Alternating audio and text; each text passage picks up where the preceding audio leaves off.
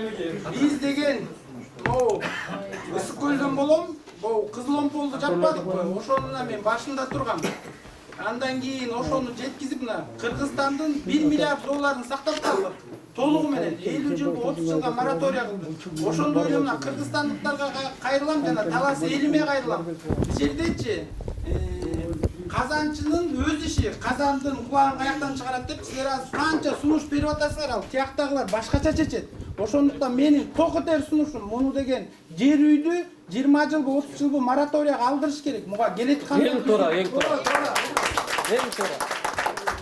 Мынакей азыр туугандар, бул жерде деген биздин урпактар чыгат, мыкты. Момундай сасык урпактар эмес, мыктылар чыгат.